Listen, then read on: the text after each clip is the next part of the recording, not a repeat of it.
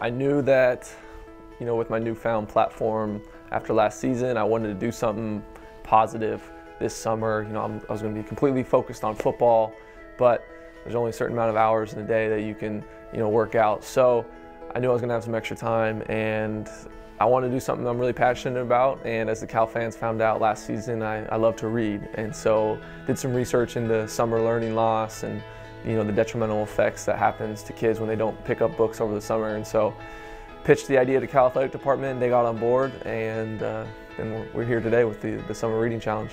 So the first thing I say is, I'm really passionate about reading. I'm a college football player, but in order to be in college or play a sport in high school or college, you need to have good enough grades. And so that's one of the first things I tell them. And then the second thing is, how important reading is for their success down the line, no matter what they want to do.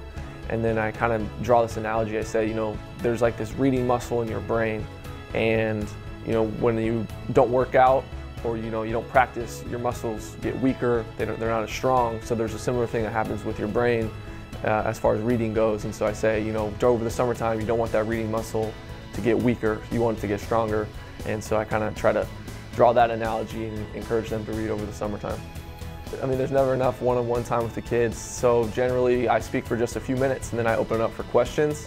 And the question and answer part is one of my favorites, and then I love when the kids come up to me afterwards.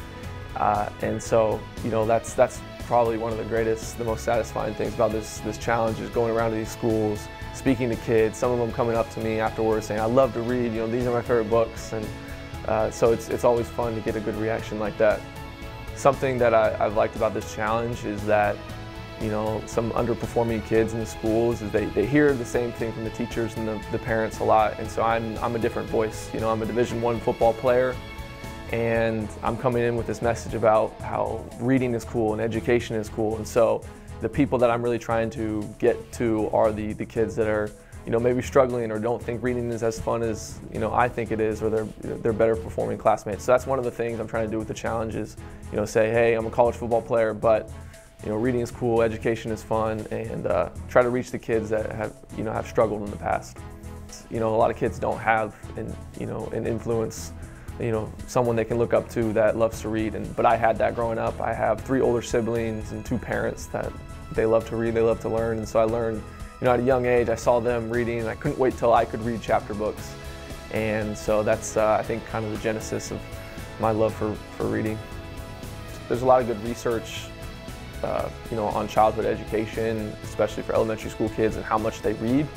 And a lot of success for high school students and college students is kind of pinned back to those early years. And some research suggests that the amount of reading loss, or maybe even reading gain, that takes place over the summertime is really indicative of a student's success down the line. And so, if it helps one kid, be a better student down the line, maybe one day go to college, I think I would consider this a success.